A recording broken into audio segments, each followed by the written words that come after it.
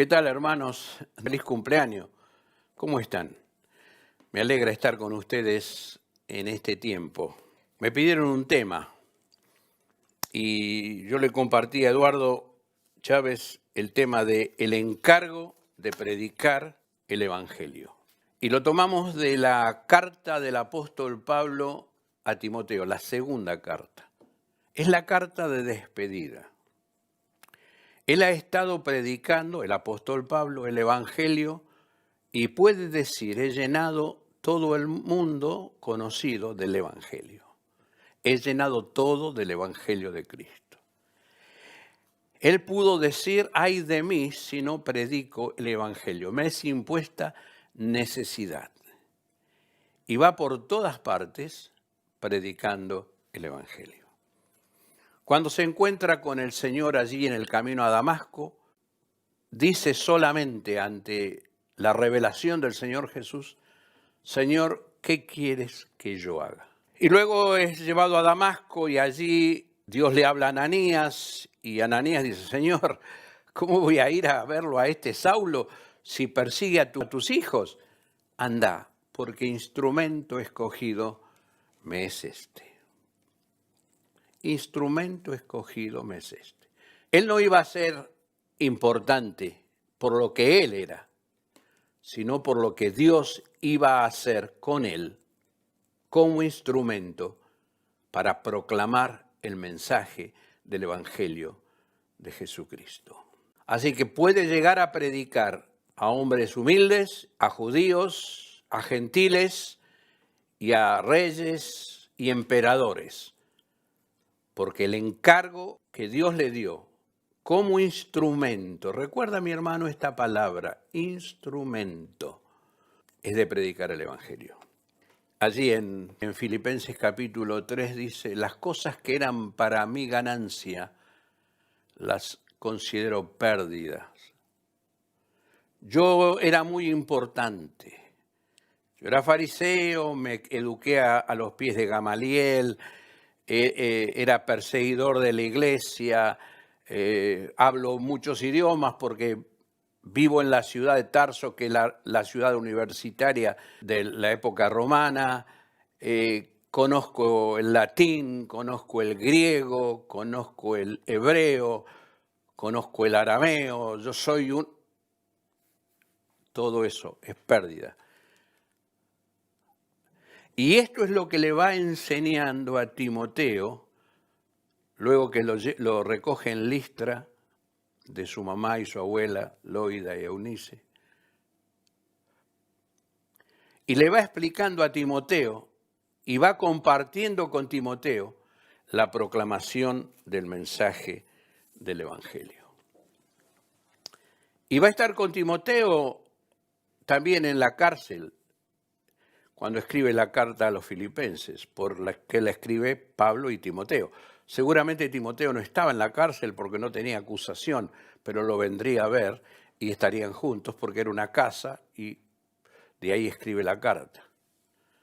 Pero esta situación que estamos viendo ahora en la segunda carta es completamente distinta. La segunda carta es la despedida del apóstol Pablo. Y las palabras de despedida, las últimas palabras son importantes. ¿Se acuerdan que nos enseñaron las últimas palabras del sargento Cabral? ¿Se acuerdan? Muero contento, hemos batido al enemigo. Y se buscan, a ver, ¿qué fue lo último que dijo como lo más importante? Pues la palabra de Dios nos da esta carta, segunda Timoteo. Y Pablo termina esta segunda carta con estas palabras en el capítulo 4. Segunda Timoteo, capítulo 4, versículo 1. Te encarezco delante del Señor Jesucristo, que juzgará a los vivos y a los muertos en su manifestación y en su reino, que prediques la palabra, que instes a tiempo y fuera de tiempo. Redarguye, reprende, exhorta con toda paciencia y doctrina. Es una proclamación urgente. Te encarezco. Habla de que lo tiene que hacer ya. No estés en otra cosa, ya lo vamos a ver. No te dejes distraer. Lo que te estoy encomendando es algo urgente. Es el aquí y el ahora. Te encarezco. Y pone de testigo al Señor Jesús. Y le dice, delante de Jesús, delante de Dios y del Señor Jesucristo. Es necesario, es una proclamación adecuada, porque es necesario sacudir a Timoteo. ¿Sí? El capítulo 1 de esta carta, Pablo le dice, no nos ha dado Dios espíritu de cobardía, sino de poder, de amor y de dominio propio. Aviva el fuego del don de Dios que está en ti. Es como que Timoteo se está quedando. Y Pablo le dice, lo sacude, ¿sí? Despertate o reanimate. Predica el Evangelio. Con paciencia. A tiempo y fuera de tiempo. En todo lugar, en cualquier momento, a cualquier persona, predique el Evangelio, de acuerdo a la verdad, con toda paciencia y doctrina. Y cuando dice doctrina, quiere decir de acuerdo a la verdad del Evangelio. A esas verdades que Lutero nos recuperó para la Iglesia de Cristo, porque están en la Escritura, solo la palabra, solo la fe, solo la gracia, solo Cristo y a través de Cristo, y solo a Dios la gloria. De acuerdo, predica el Evangelio de acuerdo al Evangelio que aprendiste. 2 Timoteo capítulo 2. Lo que has oído de mí ante muchos testigos, esto encarga a hombres fieles que sean idóneos para enseñar también a otros. Multiplica la proclamación del Evangelio, multiplica la enseñanza para que la enseñanza corra, pero la enseñanza tiene un objetivo, no aprender lo que dice la Biblia y quedarnos con el aprendizaje, sino poner en práctica lo que dice la palabra de Dios. Porque la palabra de Dios es viva y eficaz y más penetrante que toda espada de dos filos. Es muy importante ver lo que dice Pablo acerca del obrero, de cómo debe ser Timoteo. Y eso está en el capítulo 2. Eso está en el capítulo 2 de esta carta. Dice, recuérdales esto exhortándoles del Señor a que no contiendan sobre palabras, lo cual para nada aprovecha. Procura con diligencia presentarte a Dios aprobado, como obrero que no tiene de qué avergonzarse, que usa bien la palabra de verdad. Un hombre y una mujer preparados para proclamar el Evangelio son hombres y mujeres que se presentan delante de Dios, aprobados porque usan bien, trazan bien la palabra de verdad. Ahora, ¿cuál es el mal obrero? Esto es interesante, porque el apóstol Pablo hace una comparación entre el buen obrero y el mal obrero. Y el mal obrero, dice luego, evita profanas y vanas palabrerías porque conducirán más y más a la impiedad. Y ahora le está hablando a Timoteo. Y si le dice evita vanas y profanas palabrerías, era porque Timoteo se enroscaba en vanas palabrerías y discutía con personas con las cuales no tenía que discutir, que no vale la pena discutir, porque tienen o malas doctrinas o falsas doctrinas o quieren solamente traer problemas. El compromiso del siervo de Dios es crecer en la palabra para poder proclamar el Evangelio con poder y con toda autoridad. Hay una comparación interesante que hace aquí el apóstol Pablo a Timoteo. Me voy a leerlo de la Escritura. Pero en una casa grande no solamente hay utensilios de oro y de plata, sino también de madera y de barro, y unos son para usos honrosos y otros para usos viles. Así que si alguno se limpia de estas cosas, será instrumento para honra, santificado, útil al Señor y dispuesto para toda buena obra. ¿Qué son los utensilios de la casa? Los platos, las ollas, pero los cubiertos, ¿sí? Pensemos en los cubiertos, ¿sí? Usted y yo tenemos un juego de cubiertos que lo usamos cuando viene algún invitado, que lo usamos en Navidad, en alguna de las fiestas, y sacamos el juego nuevo de cubiertos, no sé si los tiene de plata o de alpaca. No, alguno de ustedes debe tener los cubiertos de oro, como los tienen los reyes, no.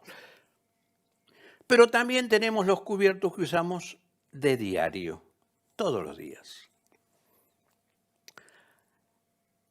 Unos para usos especiales, otros para usos comunes. ¿Cuáles son más importantes? Los dos. Porque los dos cumplen la misma función. O si piensa en los platos de loza o los platos de melamina o de acero inoxidable que no se rompen y que uno los usa todos los días. ¿Cuáles son más importantes? Los dos sirven para lo mismo. Y en la Iglesia de Cristo hay hermanos que se destacan por dones, por quizás enseñadores para grandes conferencias, y hermanos que se destacan por ser hombres del testimonio personal, de la obra personal. Y uno mira a los que están allá en la plataforma y dice, mira vos. Y tiene al lado un hermano que es sencillo. Ahora, ¿cuál es más importante de los dos? Los dos son iguales.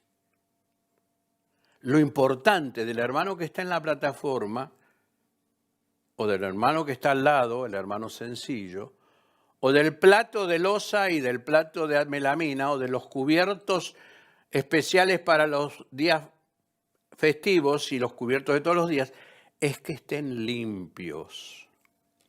Y la enseñanza aquí es la necesidad de una vida limpia, de una vida santa, de una vida apartada del pecado, de una vida vivida conforme al corazón de Dios. Ahora, cuando yo leo esto y me acuerdo de que David fue un hombre conforme al corazón de Dios, yo digo, a ver, ¿cómo es que David, con todas las equivocaciones y los pecados que cometió, es un hombre conforme al corazón de Dios? Porque era un hombre con un corazón humilde. Dice el Salmo 51 que él escribe después de que Natán, el profeta, le hiciera ver su pecado con la mujer de Urías Eteo. Dice, contra ti solo he pecado y he hecho lo malo delante de tus ojos. No quieres sacrificio que yo daría, no quieres holocausto, no quieres que yo me muestre como alguien importante. Al corazón contrito y humillado no despreciarás tú, oh Dios. Mi hermano, mi hermana, para estar en limpieza, ser un obrero aprobado por Dios, tenemos que conocer la palabra y trazar bien la palabra de verdad, pero en limpieza. Y eso se logra con humildad, con un espíritu humilde. Aprendan de mí, dijo el Señor Jesús, que soy manso y humilde de corazón, y hallarán descanso para vuestras almas. Pero hay otra expresión con la cual el apóstol Pablo dibuja al siervo de Dios. Por un lado, que traza bien la palabra de verdad. Por otro lado, que está limpio. Y en el versículo 23 al 26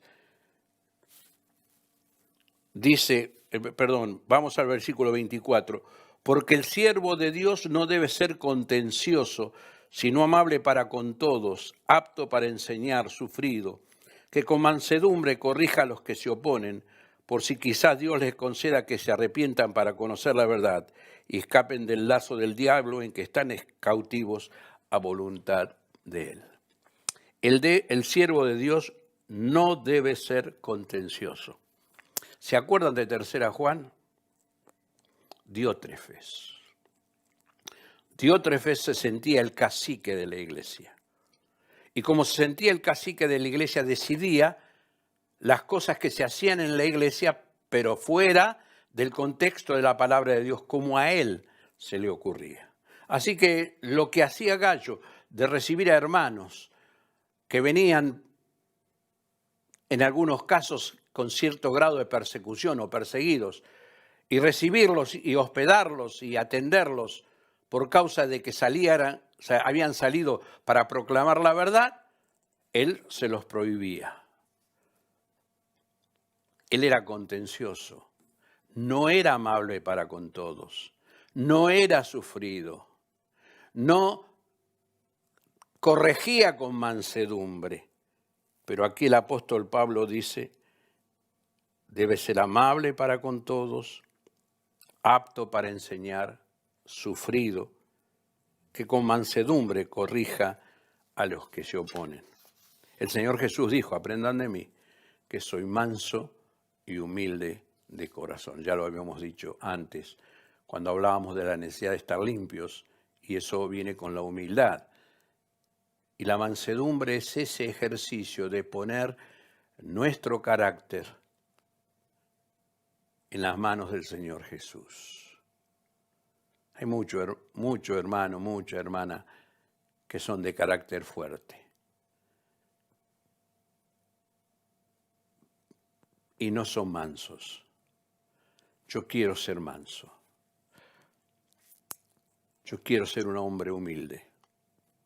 Yo quiero estar limpio. Yo quiero trazar la palabra de verdad. Y eso lo puede hacer el Espíritu Santo en mi vida y dejando que Dios obre en mi vida, que el Espíritu Santo me llene. ¿Qué le dice Pablo? ¿Cuál es la base para el encargo de que predique el Evangelio? Jesucristo se va a manifestar. Jesucristo juzgará a los vivos y a los muertos en su manifestación y en su reino. ¿Cuándo? En cualquier momento. La iglesia dice, ven Señor Jesús, ven pronto. No os toca a vosotros saber los tiempos y las sazones que el Padre puso en su sola potestad, pero recibiréis poder cuando haya venido sobre vosotros el Espíritu Santo y me seréis testigos en toda Jerusalén, en Judea, en Samaria y hasta lo último de la tierra. ¿Cómo es la escena que está viviendo el apóstol? ¿Cómo es la escena que vivimos nosotros hoy? Versículos 3 al 5 del capítulo 4. Porque vendrá tiempo cuando no sufrirán la sana doctrina, o sea, la verdad de la palabra, sino que teniendo comezón de oír se amontonarán maestros conforme a sus propias concupiscencias y apartarán de la verdad del oído y se volverán a las fábulas. Es el clima de multirreligiosidad que nos toca hoy. ¿En qué crees? Yo creo en ese árbol. Ah, está bien. Si vos crees en eso, está bien. Yo creo en Buda. Está bien. Si vos crees... No. Hay muchas corrientes filosóficas, hay muchos cultos, muchas creencias que están totalmente apartadas de la verdad de la palabra eterna e inerrante de Dios. Eso pasa hoy también. Y eso pasa también dentro del movimiento evangélico. Hay grupos que están tratando de que volvamos a las leyes judías y cumplamos con la ley para complementar la obra de Cristo. Hay grupos que dicen que si vos soñás algo, soñaste con un Mercedes-Benz, el el Señor te da un Mercedes-Benz y es el Evangelio de la prosperidad. En total desacuerdo con lo que dice Pablo ahí en Filipenses capítulo 1, al final, a vosotros se os ha concedido a causa de Cristo, no solo que creáis en Él, sino que padezcáis por Él. Y Pablo le da fuerza a este encargo a Timoteo y le dice, yo ya estoy para ser sacrificado. Y el tiempo de mi partida está cercano. He peleado la buena batalla, he acabado la carrera, he guardado la fe. Por lo demás me está guardada la corona de justicia, la cual me dará el juez justo en aquel día, no solo a mí, sino también a todos los que aman su venida. Se está despidiendo. Esto le da fuerza al encargo.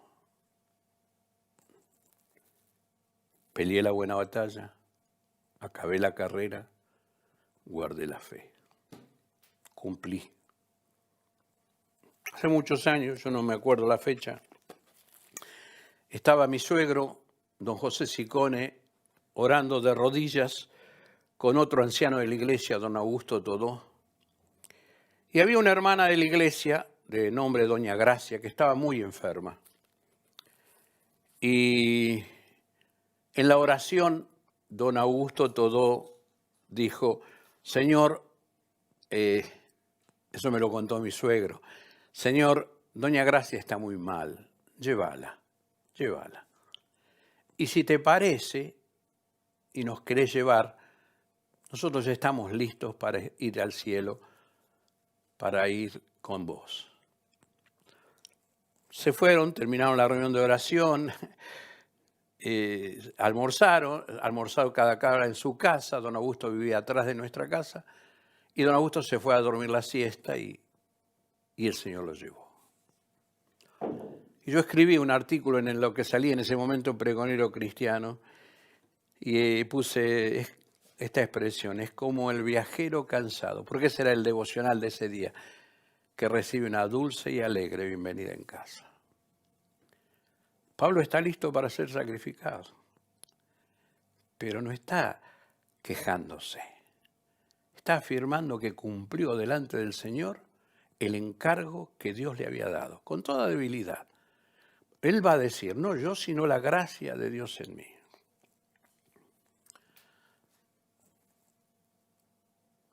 Pero tiene otras cosas este pasaje, en esta despedida, que afirman el encargo. Dice, versículos 9 a 3 y 19 a 21, procura venir pronto a verme porque Demas me ha desamparado, amando este mundo, y sido a Tesalónica, Crescente fue a Galacia y Tito a Dalmacia, solo Lucas está conmigo. Toma a Marcos y tráele contigo porque me es útil para el ministerio. A Tiquico lo envié a Éfeso. Trae cuando vengas el capote que dejé en Troas en casa de Carpo y los libros, mayormente los pergaminos. Saluda a Prisca y Aquilas, 19 al 22, y a la casa de Onesíforo. Erasto se quedó en Corinto y a Trófimo de Gene, Mileto enfermo. Procura venir antes del invierno. Éubolo te saluda y Pudente, Lino, Claudia y todos los hermanos. Él está acá recordando a sus amigos. Con tristeza habla de Demas. Me ha desamparado amando este siglo. Pero a otros lo fue dejando en los distintos lugares. A uno lo deja enfermo. Dice a Trófimo, dejé Mileto enfermo.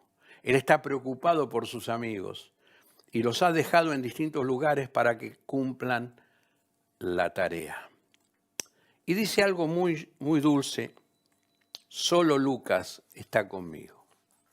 Lucas, que se une al apóstol allí en el momento de la visión del varón macedónico y que luego camina con el apóstol a través de todos los viajes misioneros y va contando, y por eso escribe con tanta autoridad el libro de los Hechos, el libro de Lucas, después de haber investigado, y el libro de los Hechos lo que investigó y lo que vivió.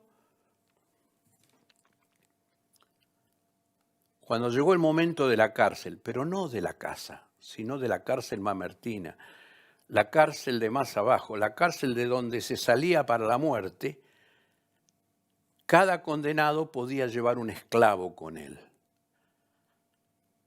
Y tenía que engrillarse, ponerse los grillos, o sea, estar atado el uno al otro.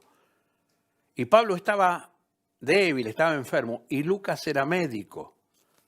Así que Lucas decidió, es una historia del amor de un hombre de Dios por su pastor, por el apóstol. Lucas decidió quedarse con Pablo.